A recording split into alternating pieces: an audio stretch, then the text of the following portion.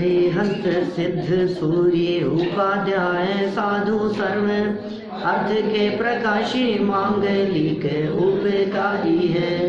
तिनको स्वरूप जान रागते भई जो भक्ति काय को नवाई स्तुति को ऊंचाई है। धन्य धन्य तिन्हीं ते काज सब आज भये कर जोड़ बारे बारे वंदना हमारी है। मंगल कल्याण सुख ऐसो हम चाहते हैं। हो मेरी ऐसी दशा जैसी तुम धारी है। हो मेरी ऐसी दशा जैसी तुम धारी है। हो मेरी ऐसी दशा जैसी तुम धारी है। क्षत्र चूड़ामणि नामक ये ग्रंथ और 5वें लंब की पूर्ति के उपरांत 6ठे लंब में ज्ञानियों की अंतरंग बहिरंग स्थिति को यहाँ बतलाया जा रहा था और साथ में ये कहा कि अज्ञानी कभी सुखी हो नहीं सकता और ज्ञानी को कोई परिस्थिति दुखी कर नहीं सकती। अज्ञानी सदा दुखी और ज्ञानी सदा सुखी। ज्ञानी आनंद में रहते हैं और अज्ञानी दुखी होते रहते हैं। ज्ञानी के पास में कुछ ना हो तो भी मज़े में है और अज्ञानी के पास में कोई भी मोबाइल हो, कोई भी गाड़ी हो, कितना भी पैसा हो, वो दुखी है। क्या कितना भी हो, कुछ भी हो, जगत में सारे सब मिथ्या दृष्टि अज्ञानी है। सर्व मिथ्या दृष्टियों की चर्चा चल रही है। कोई भी मिथ्या दृष्टि क्यों नहीं हो, जिसको पर में सुख दिखाई देता है वो कभी सुखी नहीं हो सकता। पर को अपना बनाना चाहता है, पर अपना बनता नहीं है, तो ये दुखी हुए बिना रहेगा नहीं, दुखी ही दुखी रहेगा। ये कितने हीरे मोती इकट्ठे कर ले में, कितने जवाहरात इकट्ठे कर ले में, धन दौलत वैभव संपत्ति कितनी इकट्ठी होवे कि जीव सुखी हो जाए। एकमात्र तत्व ज्ञान है। तत्व ज्ञान होगा तो इस जीव के चित्त में शांति होगी और तत्व ज्ञान नहीं है तो इस जीव को कोई शांत कर सकता नहीं है। ये चर्चा यहाँ जीवंदर कुमार के चले जाने पर जो उसकी पत्नी थी पद्मा, वो पद्मा अत्यंत दुखी हुई और पद्मा के हृदय में चूंकि तत्वज्ञान नहीं था, यही उसके मूल में दुख का कारण बना। ये सब चर्चाएं यहाँ उठाई गई। देखो, वस्तु स्वरूप का ज्ञान प्राप्त करना ही चाहिए। किनको करना चाहिए कि जो जीव दुखी नहीं होना चाहते। ये अंतिम लाइन कर हमने यहाँ पढ़ी थी, जो जीव दुखी नहीं होना चाहते। आर्य कहाँ है लाइन? जो जीव दुखी नहीं होना चाहते उनको क्या करना चाहिए? वस्तु स्वरूप का ज्ञान प्राप्त करना चाहिए। बोलो, दुखी कौन नहीं होना चाहता? आर्य दुखी होना चाहते हैं क्या?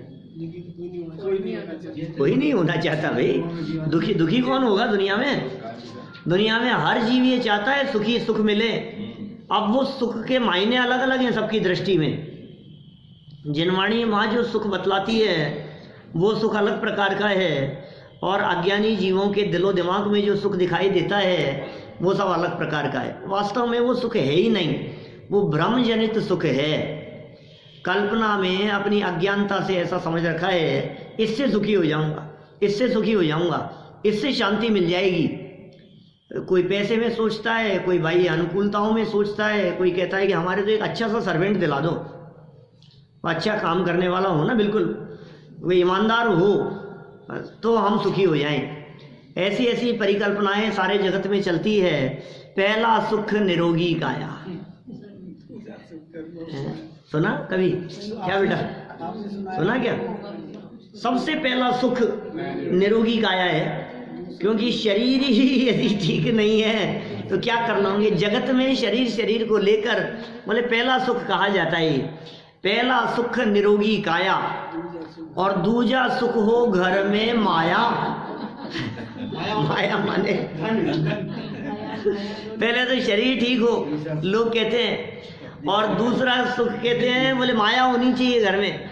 उसके बिना कहाँ सुख है? पैसे के बिना तो पैसे पैसे में सुख दिखाई देता है। और तीजा सुख सुलक्षणा नारी, पत्नी, नहीं समझ में आया?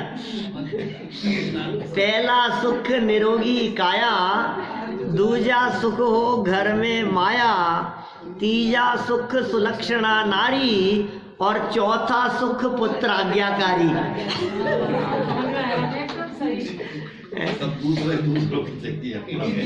चौथा सुख क्या है? पुत्र आज्ञाकारी। आज्ञाकारी पुत्र हो। अब पुत्र आज्ञाकारी नहीं है तो सर दर्द है, दुखी है। अरे कहाँ कहाँ इस जीव ने सुख की कल्पना करी है। लेकिन मुझे बतलाओ, निरोगी काया भी हो, घर में माया भी हो, पत्नी भी हो और अच्छा पुत्र भी हो, फिर भी क्या ये सारी चीजें इस जीव को सुखी करने में समर्थ है? ये अज्ञानी जीव जहां बैठेगा ना सर फोड़ेगा। क्या ये पत्थरों में सर फोड़ने जैसी दशा है। ये अज्ञानी जीव कभी सुखी नहीं हो सकता। माने ये सोचता है अब सुख मिल जाए, अब सुख मिल जाए। समझ लो आप अच्छे से अच्छा भी व्यक्ति हो, आपको मिले रास्ते में, तो आपने रास्ते में मिले लेकिन हमसे जय जिनेंद्र नहीं करी। ये क्या बात हुई है? मतलब हमें देख करके जय जिनेंद्र करने तक का काम नहीं है। अब ये दुखी है खाम में। अब रास्ते में जय जिनेंद्र करते हुए निकल गए ना, जय जिनेंद्र तो कर ली थी लेकिन एक सेकंड रुके ही नहीं। अब बोलो जय जिनेंद्र करके वो सीधे निकल गए, तो बोले ये क्या बात है? रुके ही नहीं, बात तो करते कम से कम रुक करके हमारे से। अब रुक करके बात भी की उन्होंने, 2 सेकंड के लिए रुके, तो क्या कहता है, रुके भी जय जिनेंद्र भी करी लेकिन हमसे पूछा नहीं कि तबीयत कैसी है। खाम में दुखी है।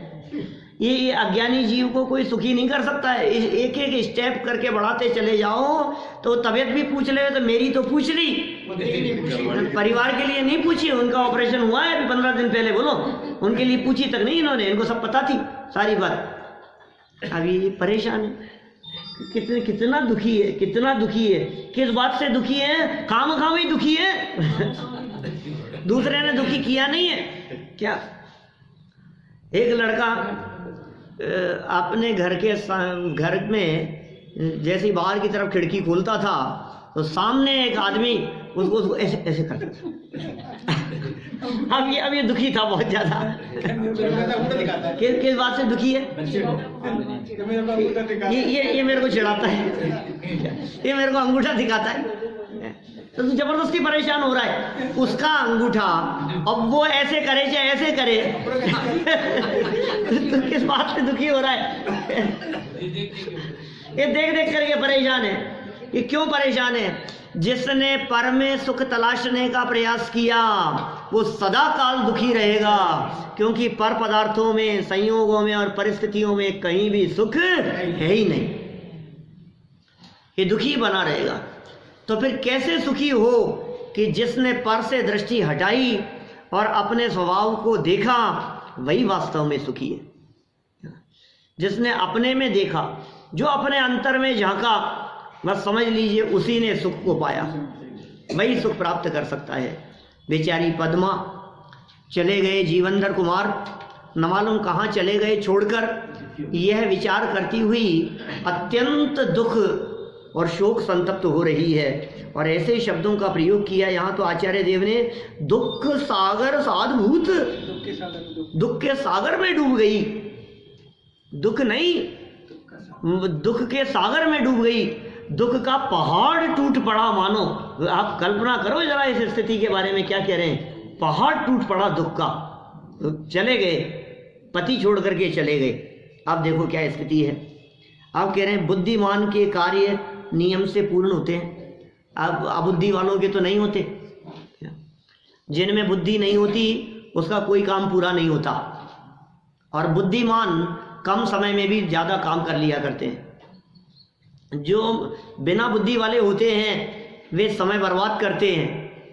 छोटे से काम के लिए उनको कहो तो वो बहुत समय निकाल देंगे उसमें, माने छोटे छोटे से कामों में माने समझ लो खाना बनाना है 15 मिनट का काम है तो 2 घंटे लग जाएंगे। जो काम 2 घंटे का है उसमें 10 घंटे लगा देंगे, और जो काम 10 घंटे का है उसके लिए तो माथा ही पकड़ देंगे, मेरे से तो हो ही नहीं सकता। तो अज्ञानियों की ऐसी दशा होती है, मैं तो नहीं कर सकता। और जो पुरुषार्थी ज्ञानी समझदार लोग होते हैं वे निश्चित रूप से अल्प समय में अपने कार्य को पूर्ण कर ही लेते हैं। यहाँ बुद्धिमान के कार्यों के नियम से पूर्णता की बात कही जा रही है। कौन बुद्धिमान और कैसे कार्य और किस प्रकार पूर्ण होते हैं जरा देखें।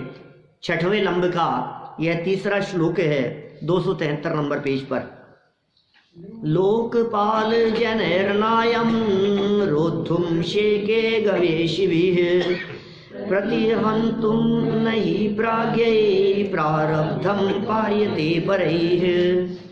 ढूंढने वाले लोकपाल के नौकर चाकर इन जीवंदर कुमार को रोकने में समर्थ नहीं हुए। ऐसा लग रहा है जैसे नौकरों को मिल गए हों, रोकने में समर्थ नहीं हो सके। या ऐसा समझ लीजिए वे कहीं जा रहे थे तो ये नौकर चाकर कौन, ये लोकपाल कौन है? ये जीवंदर की पत्नी पद्मा के भाई थे, बड़े भाई लोकपाल साले थे। तो अब ये जब जीवंदर कुमार निकले तो ये इन्होंने पूरी सेना लगा दी, नौकर चाकर लगा दिए। तलाशो भाई, चल तलाशो हमारे जिया जी कहाँ चले गए, उनको देखो, ढूंढो उनको। लेकिन वो रोकने में समर्थ नहीं हुए। नीति कार्य कह रहे हैं निश्चय से बुद्धिमानों के द्वारा आरंभ किए कार्य में दूसरे विघ्न डालने में समर्थ नहीं होते। ओह, क्या गजब बात कह दी है। बुद्धिमानों ने यदि कोई काम शुरू कर दिया, देखो या तो काम शुरू करते नहीं है, और काम शुरू कर दिया तो फिर पीछे हटते नहीं है। ये बुद्धिमानों के ऐसा ही है हिसाब किताब, तो सोच समझ करके कदम बढ़ाते हैं। ऐसा नहीं जैसे समझ लो आप, उदाहरण तो कुछ भी लिए जा सकते हैं। कहीं भी आपको कुछ बिजनेस शुरू करना है, कोई काम शुरू करना है, तो आप उस काम को शुरू करने के पहले सब तरह से निर्णय कर लो। शुरू करने के बाद में नहीं कि मेरे से नहीं हो रहा, अभी 10 दिन में ही कहोगे यार ये तो मेरे बस की बात नहीं है। ये बस की बात नहीं है, ये ज्ञानी बुद्धिमानों का काम नहीं है। कहीं भी किसी भी फील्ड में लगाओ, बिजनेस के फील्ड में लगाओ, जॉब में लगाओ, किसी लाइन में जाना है आपको उसमें लगाओ, कोई आपको सब्जेक्ट सेलेक्ट करना है समझ लो उसमें लगाओ, भाई हमें ये करना है, तो आप पहले चारों तरफ से निर्णय कर लो। बुद्धिमान लोग, जीवंदर कुमार जो बुद्धिमान थे, सोच समझ करके उन्होंने निर्णय लिया कि मुझे यहाँ से गमन करना है। अब उसके बाद में कोई रोके तो रुक जाए। जैसे मान लो तीर्थंकर के जीव होते हैं हमारे, चक्रवर्ती जैसे होते हैं महापुरुष। दीक्षा लेने का परिणाम आ गया, वैराग्य भाव हृदय में जागृत हो गया। अब चक्रवर्ती सम्राट ये कहे कि मैं दीक्षा लेने के लिए जा रहा हूं, तो एक पत्नी नहीं 96,000 मिलकर के रोके है ना, तो रोक नहीं सके उसे। बोलो, पत्नियां रोती नहीं होगी उसके आगे। ये जीवंदर कुमार छोड़ करके चले गए तो पद्मा का क्या हाल हो रहा है, तो चक्रवर्ती की पत्नियों का क्या हाल होता होगा। अरे ये जा रहे हैं छोड़ करके, ये दीक्षा ले रहे हैं। नहीं, इस तरह की चर्चाएं करते हैं हम कि दीक्षा लेने की आज्ञा यदि कोई अपने परिवार से मांगे तो कौन परिवार वाले ऐसे होंगे जो बहुत आसानी से दीक्षा की आज्ञा दे देंगे। माता पिता पत्नी परिवार कौन कौन कह देगा कि तुम चले जाओ हमें छोड़ करके। अभी मैं आज्ञा मांगू तो मिलेगी थोड़ी ना ऐसे कि तुम चले जाओ छोड़ के कैसे चले जाओगे। अब वो छोड़ के जाते हैं तो वो राग में बांधने में समर्थ नहीं हो सकती। वही देखो आप, जो अभी 2-3 दिन से 2 बार आपको कहानी सुनाई मैंने, उसी प्रसंग में देखो ना, जम्बू स्वामी जिसके हृदय में वैराग्य जागृत हो गया, अब वे रोक लेगी क्या वे चारों पत्नियां मिलकर के। और प्लानिंग तो यही की थी माता पिता ने कि एक बार शादी हो जाए, चारों सुंदर सर्वांग सुंदर कन्याएं, चारों जो नगर में जिनके समान कोई दूसरी सुंदर नहीं थी, बुद्धि में, रूप में, ज्ञान में, सब चीजों में ये योग्य हैं, वो उनके साथ में विवाह किया है। ये तो देखना अटका देंगी इसको, वो अटकने में समर्थ नहीं हुआ। बुद्धिमान लोग जिस तरफ कदम बढ़ाते हैं वे बहुत विचार पूर्वक कदम बढ़ाते हैं, जिससे पीछे ना हटना पड़े। ये सावधानी की बात यहाँ कह रहे हैं। और फिर दूसरी ये भी कह रहे हैं दूसरे विघ्न डालने में समर्थ भी नहीं होते।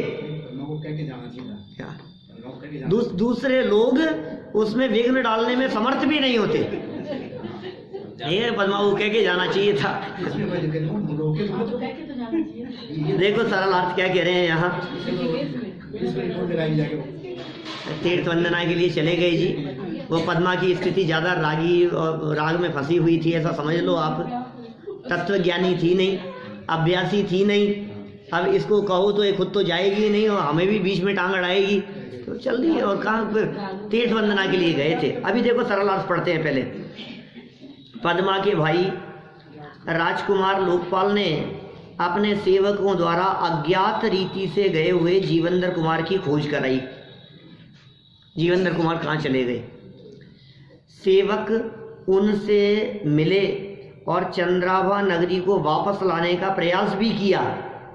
सेवकों ने कोशिश भी करी कि चलो भाई चलो, वापस चलो नगरी में, आप क्यों चले आए? परंतु वे जीवेंद्र कुमार की अगली यात्रा को रोक नहीं सके, क्योंकि बुद्धिमानों द्वारा प्रारंभ किया गया कार्य दूसरों से रुकना असंभव ही होता है। बुद्धिमानों द्वारा प्रारंभ किया गया कार्य, एक बार काम प्रारंभ कर दिया, अब रोके नहीं रुकेंगे। अरे देखो भाई, ज्ञानी धर्मात्मा पुरुषों द्वारा जीवन में मोक्ष मार्ग प्रकट करने का पुरुषार्थ और उस दिशा में जब कदम बढ़ जाते हैं, अब कौन रोके? कोई कर्म आड़े आ जाएगा? ज्ञानावर्णी समर्थ है जो उनको मोक्ष मार्ग में बाधा उत्पन्न करे। दर्शनावर्णी की मोहनी ज्ञानियों ने जब मुक्ति की तरफ कदम बढ़ा लिए हैं, तो अब नहीं है किसी की ताकत कि उनको मुक्ति में जाने से रोक सके। किसी बाह्य प्रतिकूलताओं का तो सवाल ही नहीं है। अंदर में जो द्रव्य कर्म का उदय है, वो द्रव्य कर्म भी उनको कोई परेशान करने में समर्थ नहीं है, दुखी नहीं कर सकता है, रोक नहीं सकता है। ये साहब मैं क्या, अज्ञानी तो कर्म करके रोता रहता है, मैं क्या करूं, मेरे तो ऐसे ही कर्म का उदय है, मेरे हाथ में क्या है, मेरे ही पाप कर्म का उदय है, अब कर्मों का फल तो मुझे भोगना ही पड़ेगा। तू कर्म करता रहे, रोता रहे तू। क्या कर्म कुछ नहीं है, कुछ नहीं कर सकता तेरा कर्म। कि साहब कर्म क्या नहीं कर सकते? कर्मों में तो बड़ी ताकत है। ये सुन भाई, कर्म का उदय तेरी परिस्थितियों और संयोगों तक फल दे सकता है, इसके आगे कर्म की चलती नहीं है। क्या इसके आगे नहीं चलती कर्म की? कर्म के पुण्य का उदय हो तो अच्छा गाड़ी बंगला नौकर चाकर मिल जाए तुम्हारे, और पाप कर्म का उदय हो तो ना मिले। तो आपको क्या लग रहा है कि पुण्य का उदय तो अच्छा है, सुखी करेगा, और पाप का उदय बुरा है, दुखी करेगा? इस धोखे में मत रहना। पुण्य और पाप किसी का भी उदय आ जाए, यदि ना समझ है तो दुखी होगा, और किसी का भी उदय आ जाए, ज्ञानी है तो दुखी नहीं होगा। पाप कर्म के उदय में भी, क्योंकि ये कर्म के उदय संयोग दिलाते हैं, सुखी दुखी नहीं करते। संयोग इस जीव के सुख दुख का कारण नहीं बनते। इस जीव का सुख दुख अपने से है, किसी और से नहीं। ठीक है ना? देखिए विशेष अर्थ में क्या कहते हैं? बुद्धिमान व्यक्ति विचार पूर्वक जिस कार्य को करने का निर्णय लेते हैं और प्रारंभ कर देते हैं, कार्य को करने का निर्णय भी लिया और प्रारंभ भी कर दिया, वे उसे पूर्ण करके ही छोड़ते हैं। क्या बुद्धिमान लोग जो कार्य को करने का निर्णय लेते हैं, पूर्ण करके ही छोड़ते हैं। जीवेंद्र कुमार उन्हीं बुद्धिमानों में से एक हैं। उन्होंने जिस उद्देश्य से यात्रा करने का निर्णय लिया है, उसे उनके उद्देश्य की पूर्ति होने तक कोई रोक नहीं सका। निर्णय ले लिया था उन्होंने कि मुझे तीर्थ यात्रा के लिए जाना है, विरक्त तो हो गए, कोई प्रसंग इस तरह का बन गया कि हमें जाना है तो जाना है, और धर्म कार्यों में जाने से ना रोका जाए, ऐसा तो वचन भी दिलाते हैं शादी के समय, फेरों में भी 7 वचन मालूम है आपको? 7 फेरों के 7 वचन याद हैं कि नहीं आप लोगों को? सब भूल गए, सब भूल गए।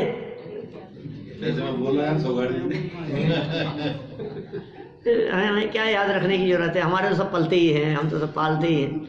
ये एक नियम ये भी है कि यदि धर्म कार्यों में कहीं जाने का योग बनेगा और हम जाना चाहेंगे तो रोकेंगे नहीं। अपने जो स्पाउस है, चाहे हस्बैंड हो चाहे वाइफ हो, दोनों तरफा मतलब धर्म कार्य को करने में आप रोकोगे नहीं। यदि स्वीकार है तो फेरा पड़ेगा आगे का। आत्मा क्या, और यदि स्वीकार नहीं है क्या, तो यही अभी जाता हूँ मैं वापस। ये तो वधू का होता है। दोनों तरफा है बात। ये वधू के लिए इसलिए बात कही जाती है एक्चुअल में, क्योंकि महिलाओं में धार्मिक बुद्धि ज्यादा होती है। किसी भी सभा में देख लो, यहाँ भी अपने जितने पुरुष है ना, उनसे ज्यादा संख्या महिलाओं की। ये यही की बात नहीं है। भगवान महावीर स्वामी के समूह शरण में भी 3 गुना ज्यादा थी। अच्छा, क्या महिलाएं? 1 लाख पुरुष थे तो 3 लाख महिलाएं थी। 1 लाख पुरुष और 3 लाख स्त्रियां समूह शरण में। महिलाओं की संख्या भी ज्यादा है वैसे। महिलाओं की संख्या ज्यादा कम का सवाल नहीं है, लेकिन धार्मिक बुद्धि की बात है। सहज ही महिलाओं में धार्मिक रुचि सहज ही होती है, जो पुरुष वर्ग में कम देखी जाती है। तो इसलिए भी कहा कि भाई मैं तो धर्म करना चाहूंगी, भाई इनकी तो बुद्धि कम होगी। अब ये चांस बहुत कम होते हैं ऐसे कि पुरुष वर्ग में ज्यादा विशेष रुचि दिखाई देवे। देखिए खैर क्या बात कही यहाँ। जीवेंद्र कुमार उन बुद्धिमान पुरुषों में से एक थे, बुद्धिमान थे, उन्होंने जिस उद्देश्य से यात्रा करने का निर्णय लिया है उसे उनके उद्देश्य की पूर्ति होने तक कोई रोक नहीं सका। जीवेंद्र कुमार द्वारा तीर्थ वंदना गए कहाँ है ये तो बताओ, चले कहाँ गए? किसी और के साथ तो नहीं भाग गए? मैं कहा गए कहाँ हैं ये तो बताओ। छोड़ गए, मिलेंगे कि नहीं मिलेंगे? कहीं मुझसे दुखी होकर के आत्महत्या कर ली हो, कहीं चले गए हो, कहीं उनका किडनैप हो गया हो। आगे पता तो लगे ना एक्चुअल में असली बात क्या है। कहाँ चले गए हैं? कहीं नहीं गए हैं, तीर्थ वंदना के लिए गए थे। और समय जब जैसा प्रसंग आएगा आ जाएंगे, लौट आएंगे। जीवेंद्र कुमार द्वारा तीर्थ वंदना 4 नंबर श्लोक क्या कहते हैं यहाँ? सत्वरम गत्वर स्वामी तीर्थस्थानान्य पूजयत पावनानि जायन्ते स्थानान्यपि सदाश्रयात्। शीघ्र, सत्वर मतलब शीघ्र, गत्वर है माने चलने वाले। जीवेंद्र कुमार ने तीर्थ स्थानों की पूजा की, शीघ्र चलने वाले मतलब ढीले नहीं थे, मतलब ढीलापन का काम नहीं था, बहुत एक्टिव थे काम करने में। तो ये तीर्थ स्थानों की उन्होंने पूजा की। नीतिकार कहते हैं निश्चय से स्थान भी महात्मा पुरुषों के आश्रय से पवित्र हो जाते हैं। तो अपना ये जिन मंदिर क्यों तीर्थ बन गया? पूर्व काल में हुए महापुरुषों की सत्ता उपस्थिति के कारण ये जिन मंदिर तीर्थ बन गया है। और सच में तीर्थ कहते भी उसे ही हैं। तीर्यते जायते अनेन इति तीर्थम, ये तीर्थ की व्युत्पत्ति है। जहाँ से तिरा जाए उसका नाम तीर्थ है। तिरा जाए माने जहाँ से कोई जीव तिरे हो, जहाँ से तीर्थ का प्रवर्तन हुआ हो, जहाँ बैठकर ज्ञानी धर्मात्मा पुरुषों ने साधना की हो, तपस्या की हो, ध्यान किया हो, चिंतन मनन अभ्यास किया हो, जिस जगह पर बैठकर वे ज्ञानी धर्मात्मा पुरुष विहार को प्राप्त हुए हैं, वो जगह अपने आप में पवित्र हो गई, वो तीर्थ हो गई है। तीर्थ तिरने के अर्थ में है। तो जो जहाँ चरण पड़े संतन के, कहाँ बंटाधार, आप जानते हैं बंटाधार क्या है? लोग तो इसे मजाक समझते हैं, हंसी समझते हैं। जहाँ चरण पड़े संतों के तहाँ बंटाधार, बंटा मतलब होता है कलश। वहाँ कलशों की धारा पड़ती है, वो स्थान पवित्र हो जाता है, वो स्थान पूजनीय हो जाता है। ये है अर्थ उसका। ये तो बंटाधार में समझते हैं। सब हो गया हो, हाँ काम निपट गया हो, ऐसा नहीं है। आप देखिए जहाँ संत धर्मात्मा ज्ञानी पुरुष माने उस क्षेत्र का उद्धार हो जाता है, ऐसा कहना चाह रहे हैं। बंटाधार कहकर ये कहना चाह रहे हैं माने जिस जगह पर ज्ञानी धर्मात्मा पुरुष रहे हों वो जगह अपने आप में इतनी पवित्र हो जाती है कि उस जगह का भी कहते हैं ना, जैसे भाग्योदय आ गया। अब उन पुद्गल परमाणुओं की ऐसी योग्यता है। भाग्य अभाग्य ऐसा तो कुछ होता नहीं है किसी क्षेत्र में।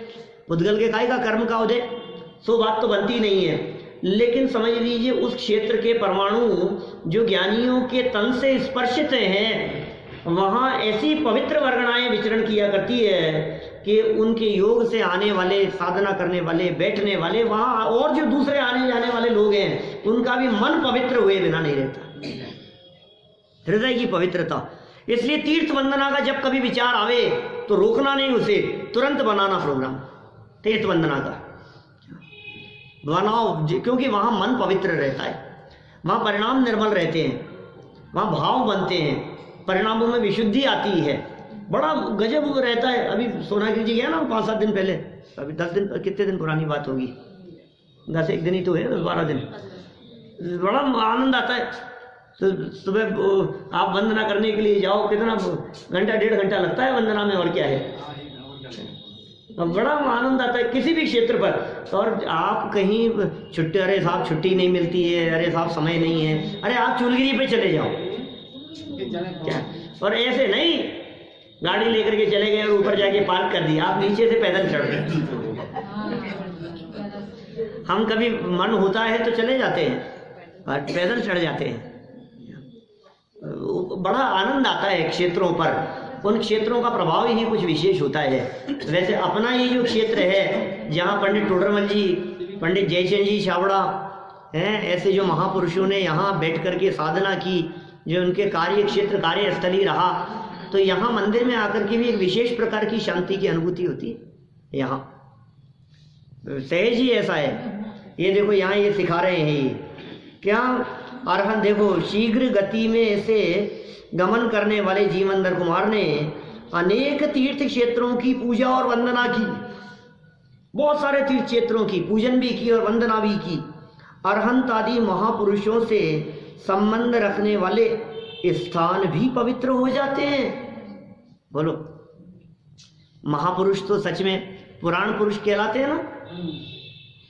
पुरुष पुराण जिनेश्वर अरहन एकमात्र वस्तु का स्थान बोलते हैं रोजाना उसमें।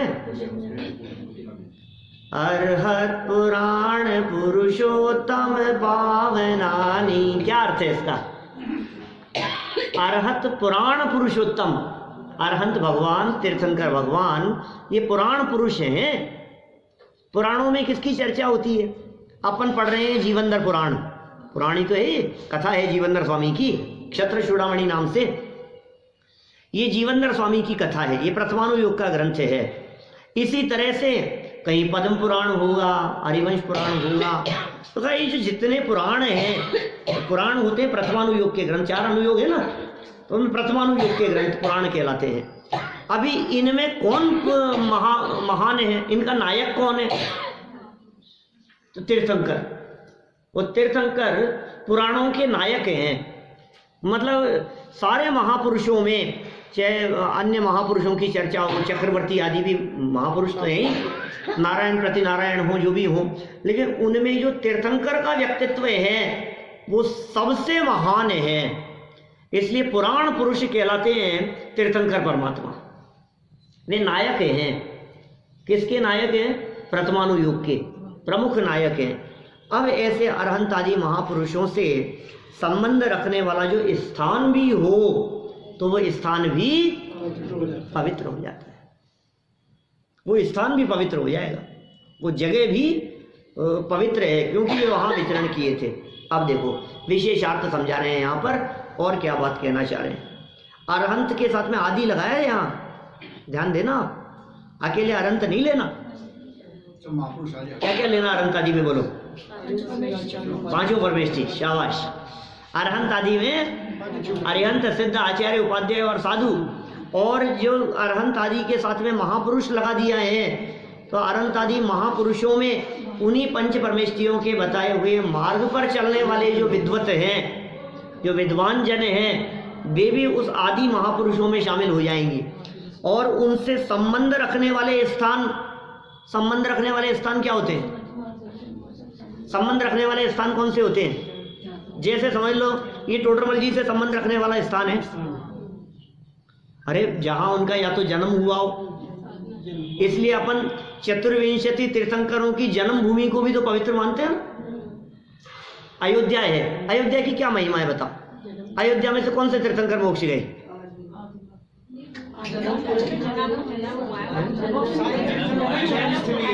जन्मस्थली है, तो मतलब संबंध है ना, तीर्थंकरों का संबंध है ना।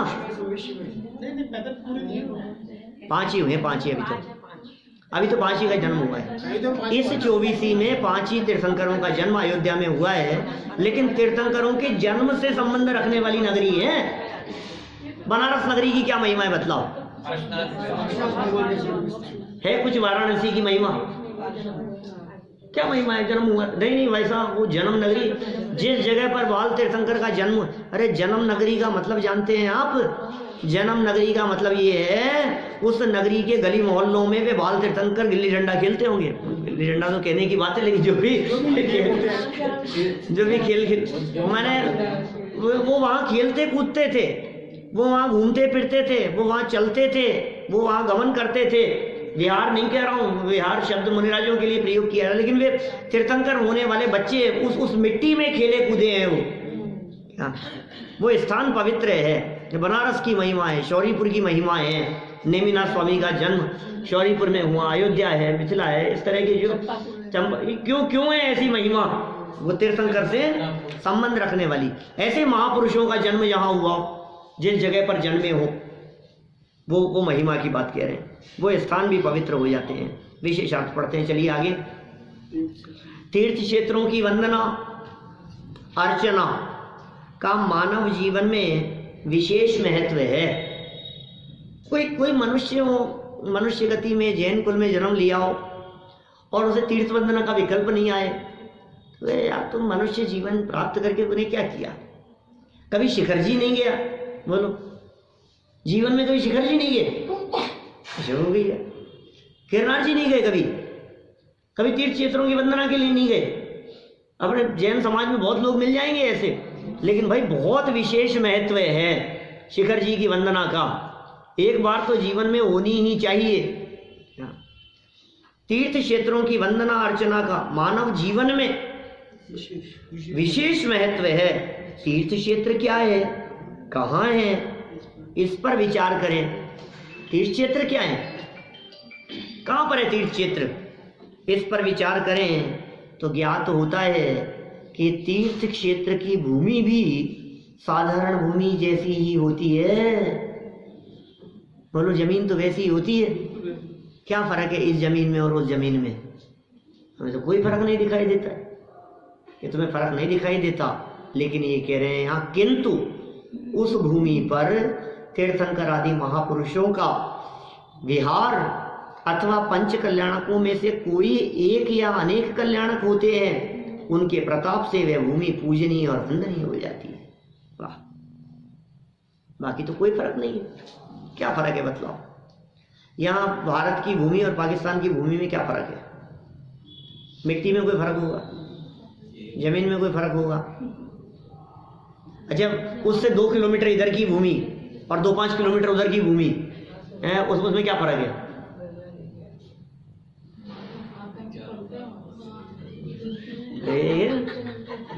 कैसी बात कह रहे हैं ये? देखो, आतंकी पलते हैं, तो आतंकी यहाँ नहीं है क्या? सब जगह है भी। ऐसा नहीं है। वहाँ उस भूमि पर भी अपना जैन मंदिर था, आज भी है वहाँ।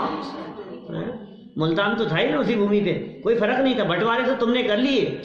मैं कह रहा हूँ राजस्थान में और गुजरात में क्या फर्क है? उसकी मिट्टी में क्या फर्क है? जमीन में क्या फर्क है? बाउंड्री तो तुमने बना दी। धरती पे तो इस तरह की कोई बाउंड्री होती नहीं है। जमीन में कोई बाउंड्री होती है क्या? तुमने सीमा रेखा खींच दी।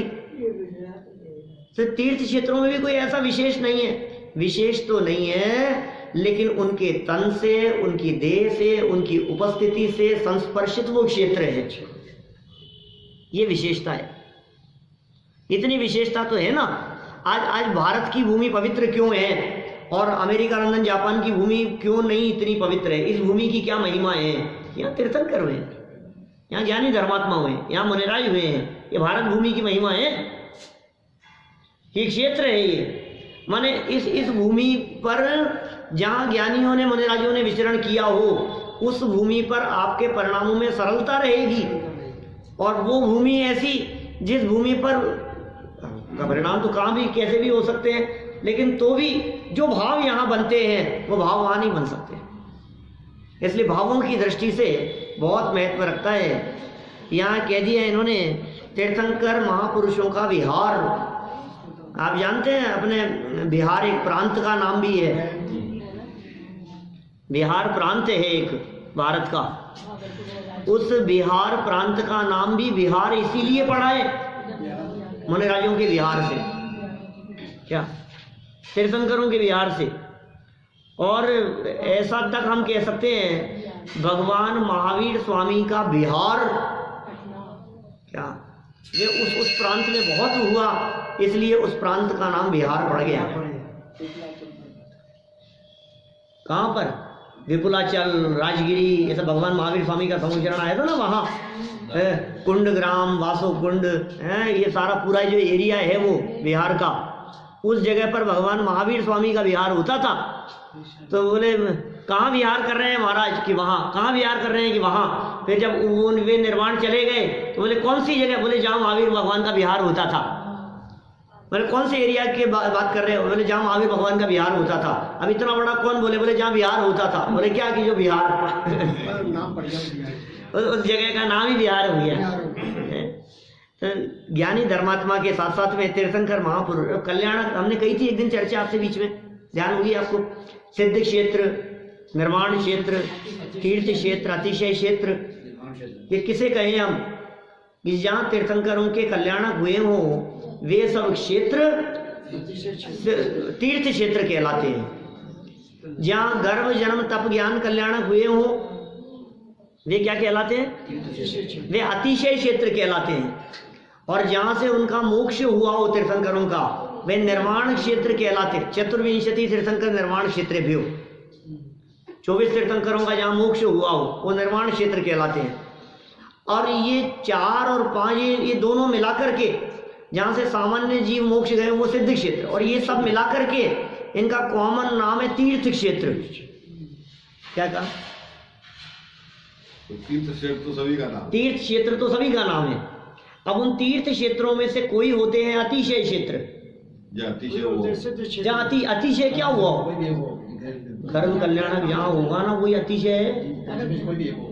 जन्म कल्याणक बनाया हो तो अतिशय क्षेत्र लोग व्यवहार में कह देते हैं चमत्कारों की दृष्टि से। सच में चमत्कार तो वे हैं जो तीर्थंकरों के जीवन में घटित हुए, असली चमत्कार तो वे हैं। ऐसी ऐसी घटनाएं घटती है। हैप्पी 5 कल्याणक होते हैं ना, गर्भ कल्याणक और जन्म कल्याणक और तीसरा कौन सा भाई? तप कल्याणक, और फिर चौथा ज्ञान कल्याणक। पहले ये 4 कल्याणक जिस जगह पर होते हैं तीर्थंकरों के, जिस जगह पर हो गए, जहाँ मनाए गए, उसको हम कहेंगे अतिशय क्षेत्र। और 5वां जहां हुआ उसको क्या कहा? निर्माण क्षेत्र। ठीक है। और ऐसा ही थोड़ी ना है कि तीर्थंकरी निर्माण जाते हो। बाकी रामचंद्र जी जहां से गए, मान लो मांगी तुंगी से मोक्ष गए रामचंद्र जी हैं, तो वो कौन सा क्षेत्र है? अतिशय क्षेत्र है क्या? निर्माण क्षेत्र है क्या? सिद्ध क्षेत्र है। अब जैसे सोनागिरी जी, अब सोनागिरी जी जो है, ये सोनागिरी जी से कौन से तीर्थंकर मोक्ष गए? चंद्रपुर वहां से गए। फिर 5.5 करोड़ मुनि मोक्ष गए सोनागिरी जी से। 5.5 करोड़ जीवों ने, मुनिराजों ने वहां से निर्वाण की, मोक्ष की प्राप्ति की, सिद्ध बने वहां से, लेकिन तीर्थंकर नहीं। इसलिए सोनागिरी जी सिद्ध क्षेत्र तो है, निर्वाण क्षेत्र नहीं। तो निर्वाण क्षेत्र कौन से हैं? बतलाओ जरा, 2 लाइनें कौन सुना सकता है? समेत गढ़ गिरनार चंपा पावापुरी कैलाश को पूजो सदा 24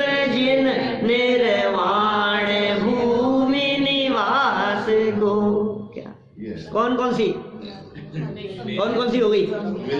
समेतगढ़, गिरनार, चंपा और पावापुरी और कैलाशपुर।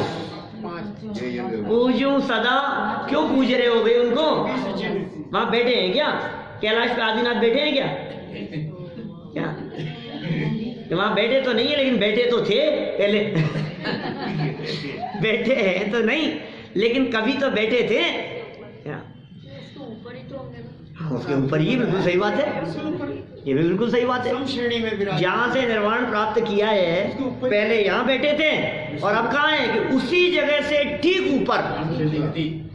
क्या आप जानते हैं कि हम जैन साहब मतलब जो जीव जिस जगह पर बैठ करके साधना करते हैं मुनि अवस्था में, और यहाँ बैठ करके जैसे उन्हें मोक्ष हुआ, तो उनका जो मोक्ष होने पर शरीर तो ही रह जाता है।